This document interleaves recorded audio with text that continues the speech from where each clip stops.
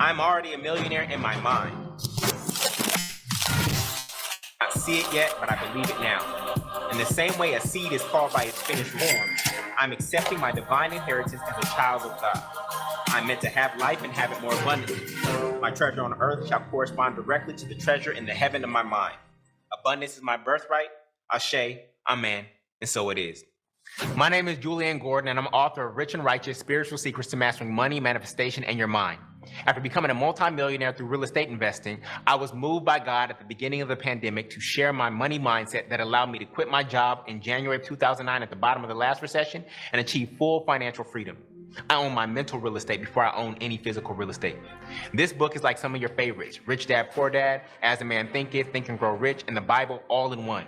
But the divine downloads and thoughts that are in here are 100% original and came for a 6-month period at the beginning of the pandemic. This book is normally $100 on Amazon if you went there right now, but I want to give you access to it for free by inviting you to our next reading group. Yes, the reading group is 100% free. Every weekday for 100 days straight, I'll be reading and discussing the 10 money commandments in the book that make money come to you in your life easily, more frequently, and abundantly. And it will take about 30 to 45 minutes as we read 3 to 5 pages per day until we finish the book and reprogram your mind around money. Why 100 days? Well, if you are 30 years old, you've lived for 10,950 days. And we have to deprogram and reprogram the negative, scarcity-based money mindset society has taught you. And I believe I can do that in just 1% of the time in about 100 days. I'm done with shelf help. You know, when you buy a book to change your life, but you never read it, it just sits on your bookshelf and collects a whole bunch of dust. We off that. When is the last time you had an author actually read their book to you out loud because they cared about you getting the information in your soul? I'm not just here to get this book in your hands. More importantly, I want to get it in your head and your heart, because that's where the real transformation occurs, in the conscious and the subconscious mind. As scripture says, be ye transformed by the renewing of your mind. This is not the type of book that you just read once. To renew the subconscious mind requires repetition over and over and over. So if you joined us last time, I encourage you to join us again. I myself have read this book over 10 times already. So click the link to join our next reading group, and when you sign up, I'm going to give you the first 2 chapters of the book for absolutely free on what is money and abundance is your birthright, so that you can start your journey to a more abundant life today.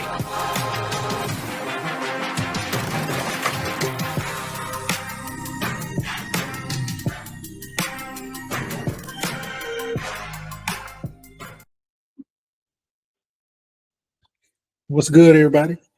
This is your boy Thavian coming back at you with another day of the reading of the Rich and Righteous. If you're new, make sure that you go back and check out our previous readings. This is the 100-day challenge of the reading of the Rich and Righteous, where we are reprogramming our minds to attract more money. Welcome back to all my return readers, man. Once again, we're staying disciplined, we're staying locked in, and we're getting to the money, man. We get into the mental mindset. We get into the mental fortitude. We are on day 38 of the reading of the Rich and Righteous. Still in money commandment number 7, where how the rich and righteous use money. Money commandment number 7, how the rich and righteous use money. Today, day 38, we will be discussing the 7 points of money maximization. The 7 points of money maximization. Make sure we're paying attention. Make sure we're locked in, because at the end of the reading, you know what we like. We like to give those takeaways. We want to know what your takeaways were. What did you get out of the reading? How did the reading help you today? What were your takeaways? Make sure we document those in the YouTube post on the page, so everybody can read and chime in and give their input. Without further ado, man, we're going to go ahead and get day 38 started, man. Day 38 started. If you don't have the book, for those that are new, there's a link in the description section of the YouTube post, man. Go ahead and click that link and order you a book, man. Get you a book. Even when this challenge is over, you're still going to want to have this book in your possession. All right, so without further ado, man, we're going to go ahead and let Julian kick it off and get day 38 started.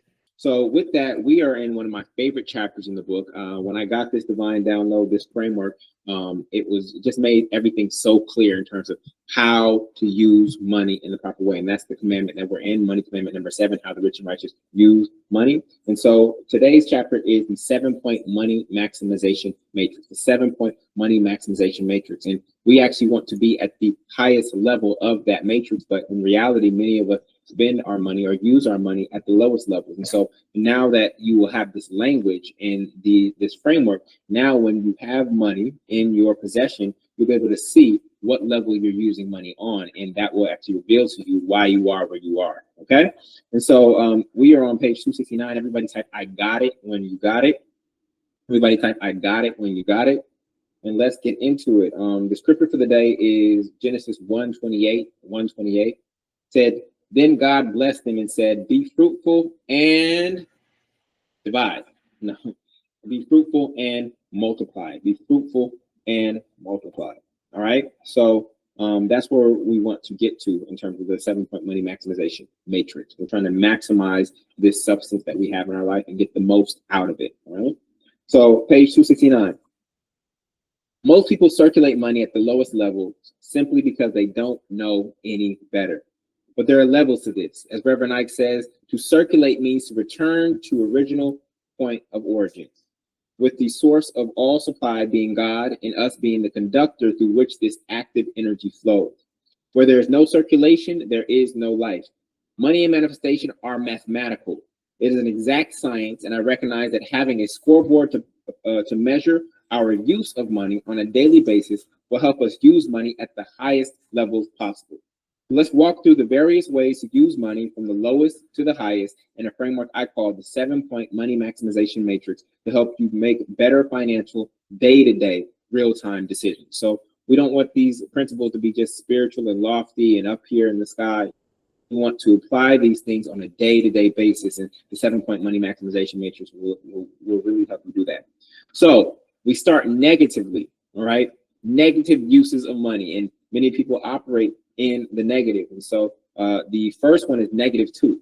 And if you're using money at this way, you're at -2. And that is lose money. Lose money. Warren Buffett said rule number 1 is never lose money. Rule number 2 is never forget rule number 1. He wasn't just referring to the stock market investments. The number 1 way that people lose money is through taxes. Through taxes. This is why he pays a lower effective tax rate than his secretary. If you aren't educated, taxes, whether federal, state, local, property taxes, estate taxes, capital gains taxes, will likely be one of your largest expenses in life, with tax brackets ranging from 10% to 37% based on your adjusted gross income.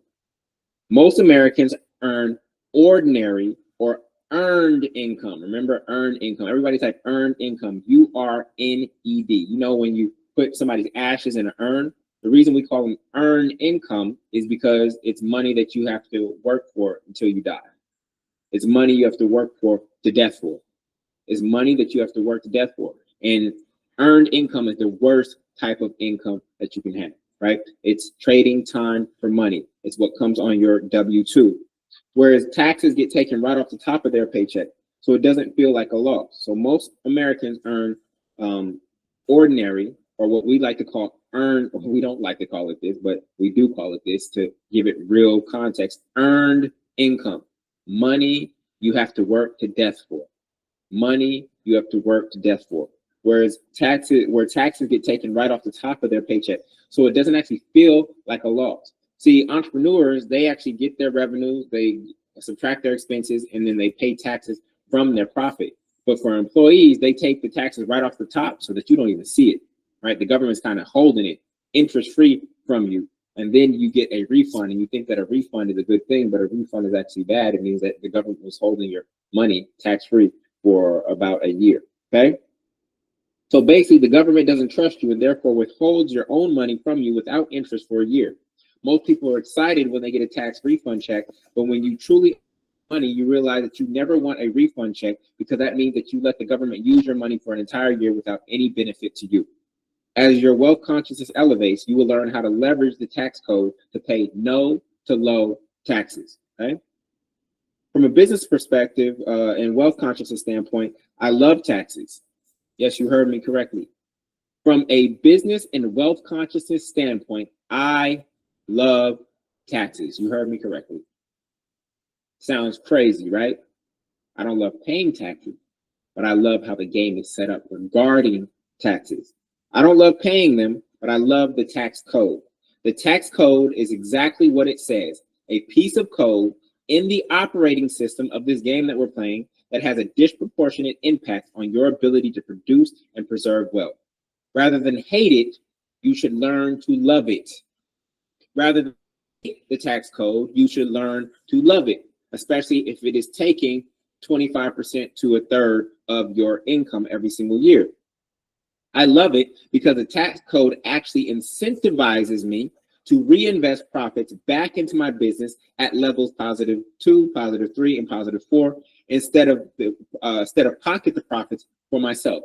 Because if I pocket the profits, if I take the money out of the business, I get taxed. I get penalized for taking the money out for my own personal ambitions.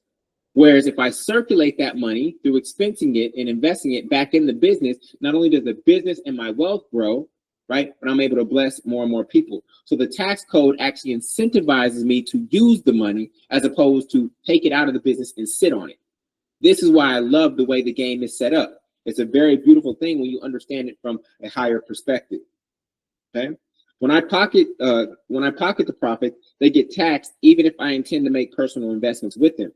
If I carry the profits from 11:59 p.m. on December 31st over to 12:01 a.m. on January 1st, I am penalized with a tax. I get penalized. Okay, literally, my light gets dimmed in the twinkling of an eye because 25% of my stored energy disappears into the hands of politicians. All because I did not use that money to stimulate my blessing model. I didn't use that money by December 31st, so they're going to say, we're going to take 25% of it because you didn't use it. So what does that do? That now incentivizes me to use as much money as I possibly can, as much of my profits as I possibly can, and put it back every single year to grow the cycle and the impact bigger and bigger and bigger. Because if I start taking money out of it for my own personal gain, then that limits the growth of the cycle. Yes, I pay myself out of my business, but not so much so because the impact and the purpose of why I'm here is to facilitate this thing called the multi-family movement and this rich and righteous movement. That's why I'm here. So I want that to be as big as possible. And I know that when I seek ye first the kingdom of God and all his righteousness, then guess what? All the things that I need shall be added unto, will be added unto it. Okay? So a $1 million profit instantly becomes $750,000 as if October, November, and December didn't exist. I carry that $1 million profit from December 31st over into January 1st. It literally turns to $750,000 just like that at a 25% effective tax. Literally $250,000 gone to the government as if October, November, December didn't exist, basically working for the government for 3 months out of the year. Now for employees, tax day is April 15th. You want to know why tax day is April 15th? Because you work for the government for the first 3 months of the year. Tax day is April 15th because you work for the government January, February, and March. Then what you make after that, you can keep. I believe that I'm a better steward of money and can create more good than the government does. How many of you believe that you are better stewards of money than the government? The government wastes all kinds of money, sending money to overseas, helping people in other countries, right? When its own people who actually create that pool of tax dollars are struggling and suffering. But yet they want to be over here and sending billions of dollars over here and over there, claiming that we are the duct tape of the world. We hold the world together, right? So I believe that I'm a better steward of the money than the government. So it's not that I'm opposed to paying taxes, but I believe that I'm a better steward and I actually create greater good than the government does. So therefore, I need to find every way possible to make sure that that money stays in my possession and not in the government's possession. Is this making sense? The same is true for you. They have had plenty of tax revenue, yet they continuously run a deficit. The national debt keeps increasing and our collective condition isn't improving. Therefore, I must do everything in my power to keep the money in my control rather than releasing it to them. When I avoid taxes, I'm rewarded for continuing to circulate money into my business's growth by taking the newly created financial capital and investing in more personal, intellectual, social, human, and physical capital. We talked about the 6 forms of capital earlier this week. All right, is this making sense? So rule number 1 is never lose money. The number 1 way that we lose money is through taxes. So we have to figure out the tax code and learn to love the tax code and actually love, especially for entrepreneurs, be incentivized by the tax code to continue to reinvest our money back into our business to facilitate its growth and scale. All right. Number 2, which is -1, okay, is spend money.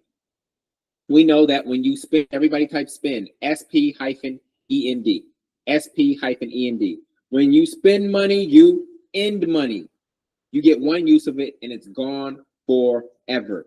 You may get multiple uses out of the material you buy, but you only get one use out of the money. There's no financial benefit, only instant gratification, which will soon fade. We want to spend money, S-P-I-N. We want to spend money, not spend it. Things we spend money on include food, clothes, cars, rent, furniture, entertainment, and electronics. Some of these are needs and some are wants. It's up to you to discern the difference. When you truly understand money, you can elevate almost every way you currently spend money into a higher level on the money maximization matrix. There are creative ways to turn many liabilities into assets and expenses into revenues.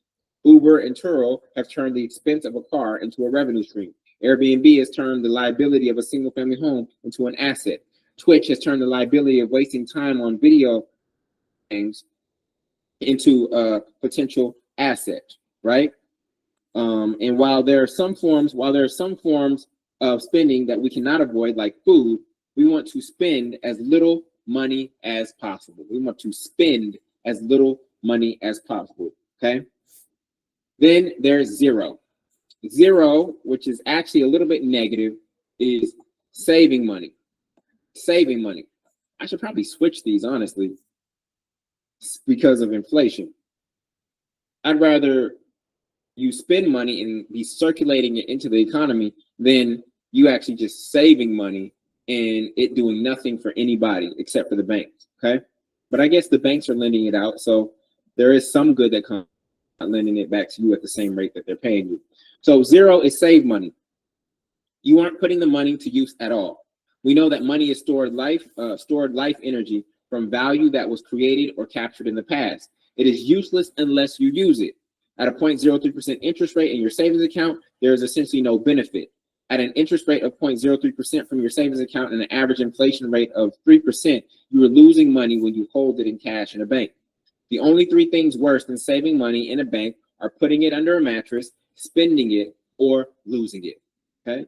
A 3.03% interest rate means that $100 in your account, you only earn 3 cents, which is $100 times 0.03 over the course of an entire year. But your cost of living increased by 3% or $3 due to inflation. Therefore, you lost $2.97 or 2.97% by saving your money in a bank, okay? So you're still losing. So it's actually not zero, it's a little bit negative to even save money. That's why savers are losers. And in this case, we didn't even account for an inflation, okay? When you account, actually we did account for inflation, excuse me. But you're losing money. So it's a little bit less than zero, honestly, right? So now we move on to +1. And you're gonna think, this doesn't make sense, Julian. Donate money. Isn't the money leaving my possession as I donate it? Yes, but it's now being put into good use. That's the difference. It's now being used for something. In the savings account, it's serving nobody. But when you donate, it's now being put towards a good cause. So you are putting money to good use, but it's oftentimes unsustainable. The benefit of donating money is that you have positively charged the money. You get a good feeling and you get a tax write-off of up to 50% of your adjusted gross income for the year. Most nonprofits operate from poverty consciousness and continuously have to survive instead of creating more sustainable models like many nonprofit hospitals and colleges have. For many nonprofits, there never seem to be enough.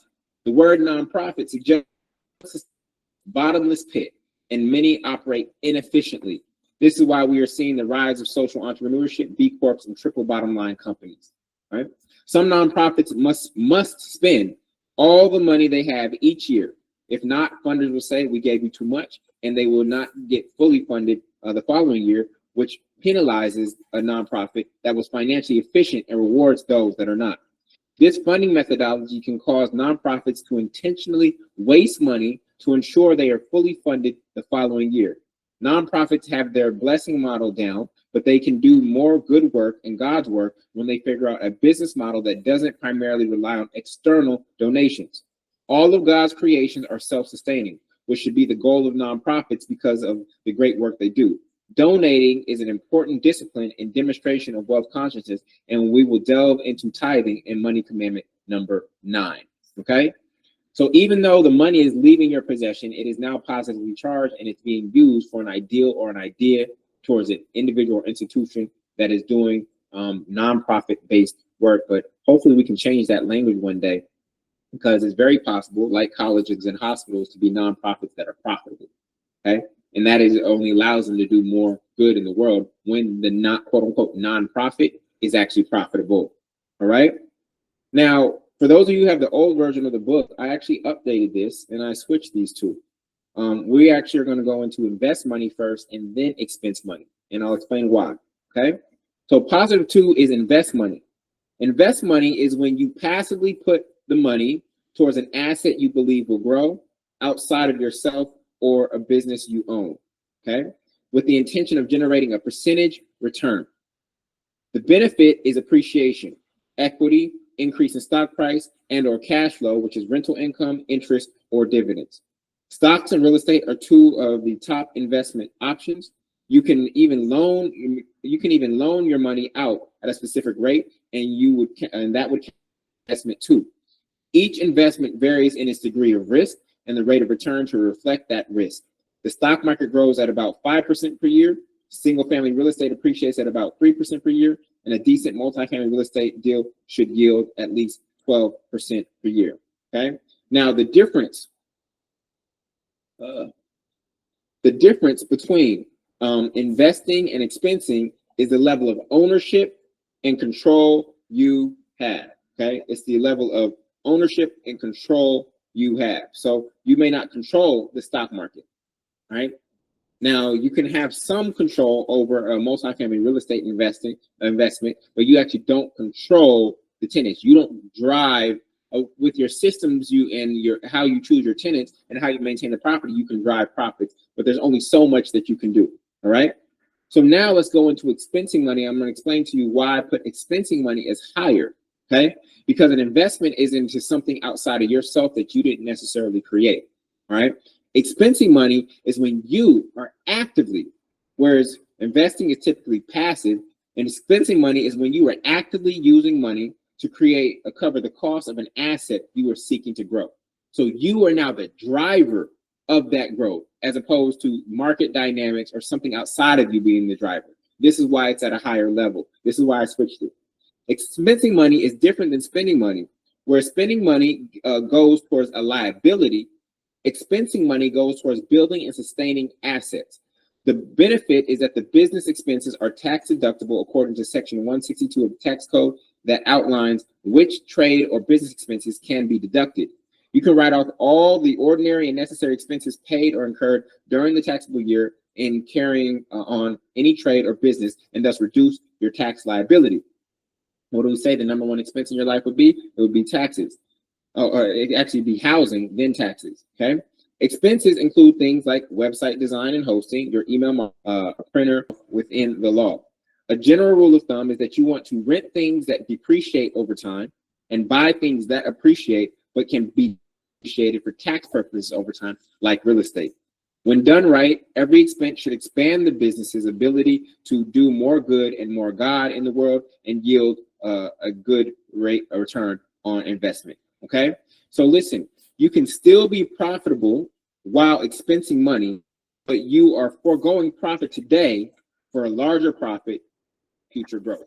So some people say, oh, I got a 6-figure business and we made $50,000 this year, and I took that money out and I went on a trip and I got myself a car and this and that, right? Whereas another entrepreneur may say, I'm going to expense as much as possible, right? That is actually going to grow the business, because next year I don't just want to make 100,000. I actually want to grow the business to 250, and the business is going to need some fuel It's going to need some currency. It's going to need some energy. So I'm going to use the profits, this extra profits that I have, that growth for next year.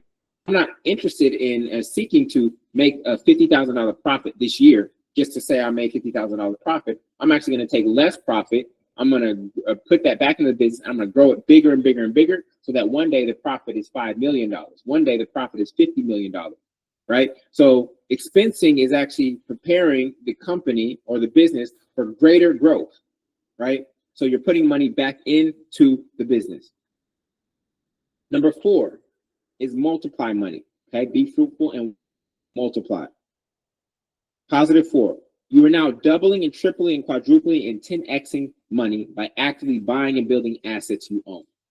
The benefit is cash flow and equity. The only way I've seen this achieved consistently is by owning a business. You typically can't get to multiplying money, family, through a job. That's why some of you will be limited by your salary cap. You typically can't get here beyond entrepreneurship, right? By owning a business through private equity or entrepreneurship, right? Sure, people have hit big on some stocks and stock options, but wealth comes through consistency. In order to be consistent, you would always have to be finding the next big thing to blow. Doubling your money is a 100% return on your initial investment. It's extremely rare for a passive investment to perform at that level, and it's rare to ever experience exponential growth like that in your salary or your job. Multiplying money usually means that you are actively leading the charge. An idea that came to you is now coming through you, and you have found a problem you are passionate about solving and beginning to receive the economic reward proportional to the degree of giving, and you found a large enough problem and market to scale a sizable business over time. Now, here's the powerful thing about this level of money. The powerful thing about building a cash flowing business that isn't dependent on you, right, is that a $300,000 revenue business, right, that profits $100,000 is not just worth $100,000. A business that generated $300,000 in revenue and the profit was $100,000, it expensed $200,000 and the profit was $100,000. It's not just worth $100,000 because based on the industry multiples, that industry multiple could be 2 times revenue, right? So what does that mean? That a company that is producing $300,000 in revenue in that industry actually is worth 2 times its revenue. So that company is not just worth $100,000 in profit that year; it's actually worth $600,000. Or you can do a multiple on profits, and the multiple on profits in that industry may be 5x on profits. So that 100,000 times 5 would mean that that company is worth $500,000. So even though the company only made $100,000 in profit, because it made $100,000 in profit, it is now worth between $500,000 and $600,000. Right? This is why this is so powerful, and this is how you expand wealth at the highest level possible. Now, each level of the matrix represents how you are charging money, right? So we saw negative charges when you lose money and when you spend money. Those are negative charges, right? And even leaving money in a savings account has a slightly negative charge, right? So we want to positively charge money. Every level of the matrix represents how you are charging money.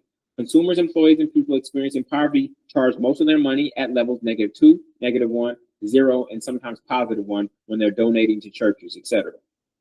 Creators, entrepreneurs, and people experiencing wealth charge most of their money at the levels of +2, +3, and +4. As a child of God and the Creator, you are also a creator. You are meant to be fruitful and multiply. The energy in your body and the stored energy in your bank account should be used at the highest levels possible. The righteous simply aren't putting enough points on the board. We have the power to change the entire game in the same way that Steph Curry changed the game of basketball, typically dominated by big man with his 3-point shooting and dribbling ability. We level the playing field and bring heaven on earth faster by maximizing the money we've been given stewardship over. Okay? Whether the righteous or unrighteous have more money at this exact moment, our focus is getting more out of the money we have by circulating it faster than we typically have by charging it at higher levels.